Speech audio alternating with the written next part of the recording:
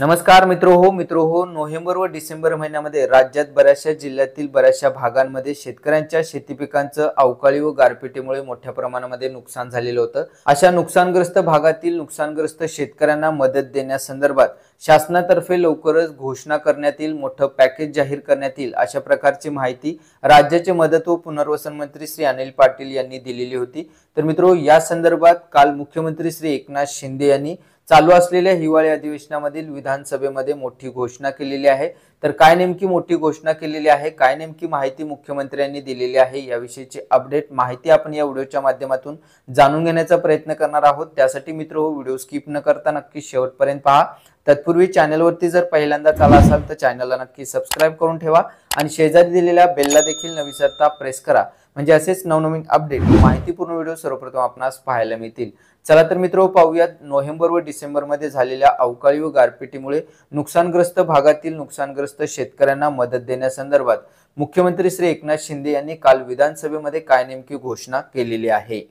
तर मित्रो, नोव्हेंबर व डिसेंबर महिन्यामध्ये राज्यात बऱ्याचशा जिल्ह्यांमध्ये अवकाळी व गारपिटीमुळे शेतकऱ्यांच्या शेती पिकांचं मोठ्या प्रमाणामध्ये नुकसान झालेलं होतं।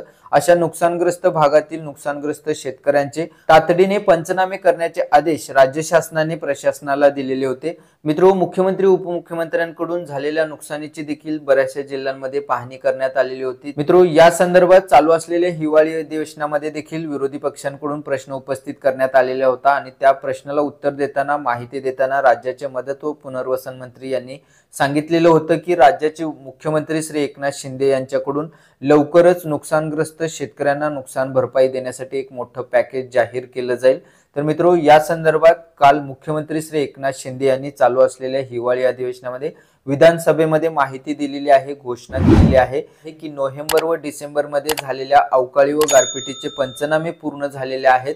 32 जिल्ह्यांपैकी 26 जिल्ह्यांचे पंचनामे हे 100% पूर्ण झालेले आहेत। तर परभणी, अकोला, अमरावती, नागपूर, गोंदिया आणि चंद्रपूर या 6 जिल्ह्यांचे पंचनामे थोड्या प्रमाणात बाकी आहेत। तर सध्याच्या पंचनाम्याच्या अहवालानुसार 9,75,059 हेक्टर क्षेत्र बाधित झाले असल्याची माहिती मुख्यमंत्री श्री एकनाथ शिंदे यांनी काल चालू असलेल्या हिवाळी अधिवेशनामधील विधानसभेमध्ये दिलेली आहे।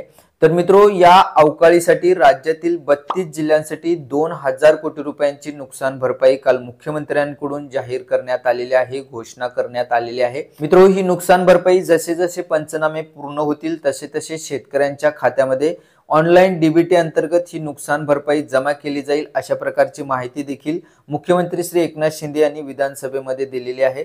मित्रो, काल काही शेतकऱ्यांना प्रातिनिधिक स्वरूपामध्ये नुकसान भरपाईच्या धनादेशाचं वाटप हे मुख्यमंत्री उपमुख्यमंत्र्यांच्या हस्ते करण्यात आलेलं आहे।